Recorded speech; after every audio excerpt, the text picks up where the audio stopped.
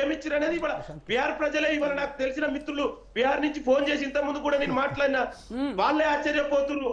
అసలు అసలు ఏం జరిగింది ఇది, అసలు ఇక్కడ ఏం జరుగుతుంది, వాళ్ళు చాలా మంది ఆశ్చర్యపోతున్నారు. ఈ రిజల్ట్ అనేది ఎవరు కూడా ఎక్స్పెక్ట్ చేయలేదు. పైగా నా మిత్రులు ఉన్నారు బీహార్ లో, అంటే వాళ్ళకి అర్థం కావట్లేదు అసలు ఏం జరుగుతుందో. ఎత్తిపోతుందో ఇక్కడ ఎలక్షన్ ఏంది, నరేంద్ర మోడీ నితీష్ కుమార్ ఏం చేసిందని నితీష్ కుమార్ పట్టం కడతారండి. రైట్, అడుగుదాం కృష్ణారెడ్డి గారితో మాట్లాడదాం. కృష్ణారెడ్డి గారు ఎన్డీఏ ఏం చేసిందని మళ్ళీ బీహార్ ప్రజలు ఈసారి పట్టం కడుతున్నారు, అర్థం కానటువంటి సిచ్యువేషన్ లో ఉన్నారట.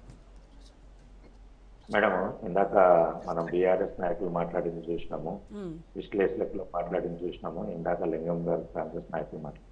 బీహార్లో ప్రజలు కోరుకున్నది ఒకటే, అక్కడ గతంలో ఉన్న కాంగ్రెస్ కానీ ఆర్జేడీ కానీ ప్రభుత్వంలో ఉన్నప్పుడు ఎలాంటి వ్యవహారాలు జరిగినాయి, ఎలాంటి కిడ్నాప్లు జరిగినాయి, ఎలాంటి దోపిడీలు జరిగేటి, ఎలాంటి బెదిరింపులు జరిగేటి చూసిండ్రు. గత 15 సంవత్సరాల నుంచి నితీష్ కుమార్ గారు సర్కారు కానీ, గతంలో మొన్న బీజేపీ నితీష్ కుమార్ గారు ప్రభుత్వము డబుల్ ఇంజన్ సర్కార్ ఎలా పనిచేసిందో చూసిండ్రు. ఇప్పుడు కూడా డబుల్ ఇంజన్ సర్కార్ కనుక అక్కడ ఉంటే ప్రజలకు మేలు జరుగుతుంది, కేంద్రం నుంచి కూడా సహాయ సహకారాలు ఉంటాయి, కొద్దిగా శాంతియుతమైన పరివర్తన జరుగుతుంది.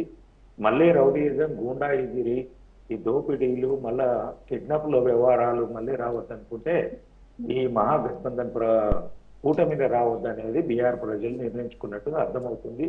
అంతవరకు అది మాట్లాడదాము. ఇందాక జూబ్లీ హిల్స్ దాని గురించి మాట్లాడుతుంటే పెద్దలు లక్ష్మణ్ గారు మాట్లాడారు. నిన్న సాయంత్రం అంతా గొడవ అవుతుంటే, అంత ఇదైతుంటే బీఆర్ఎస్ వాళ్ళు చేసే అంటే మీకు ప్రతిపక్షాలు ఏం చేసినాయి, ఎక్కడ పోయినాయి అంటే ఎక్కడండి, ఎక్కడ ధర్నా చేసినా ఇది చేసినా కానీ, ఏ బూత్ దగ్గర కానీ ఎక్కడ రాస్తారోకో చేయగానే, ధర్నా చేయగానే పోలీసు వాళ్ళు తీసుకుపోయి బీఆర్ఎస్ వాళ్ళని కానీ బీజేపీ వాళ్ళని తీసుకుపోయి పోలీస్ స్టేషన్లలో కూర్చుండబెట్టిండ్రు.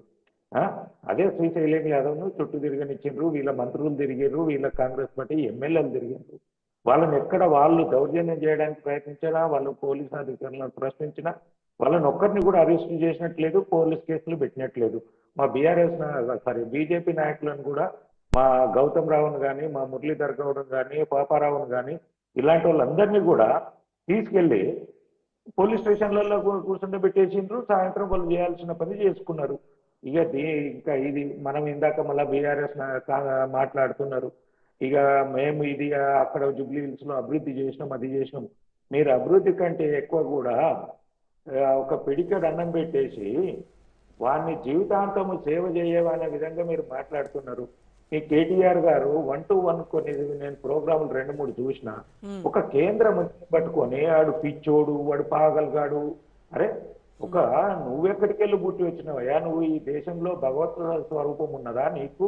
నువ్వు గదే తల్లిదండ్రులకు పుట్టినవు, గదే విధంగా ఉన్నావు, నీకు ఏమున్నాయో వాళ్ళకి అవే ఉన్నాయి. ఒక మనిషిని విజ్ఞతగా మాట్లాడాలి, మనిషికి మనం విలువిచ్చి గౌరవం ఇస్తే ఎదుటోళ్ళు ఇస్తారు.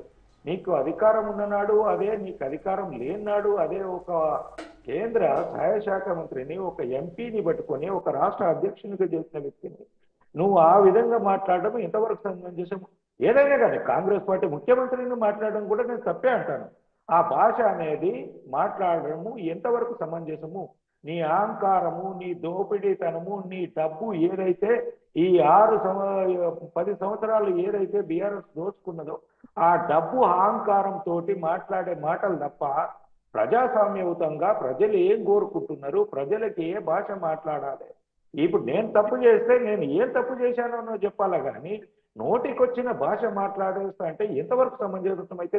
అది కేటీఆర్ గారి విజ్ఞతకు వదిలేస్తున్నాము. రాబోయే రోజులలో అలాంటి భాషలు, అలాంటి లాంగ్వేజ్ మాట్లాడితే తెలంగాణ సమాజం క్షమించకని చెప్తున్నాను. ఎందుకంటే నేను ఆ టీవీ పెట్టినప్పుడు మా పిల్లలు కూడా పక్కకున్నప్పుడు కూడా అది ఇమ్మీడియట్లీ చేంజ్ చేసి, పాప మీరు పైకి వెళ్ళండి నేను చూస్తాను అని చెప్పిన.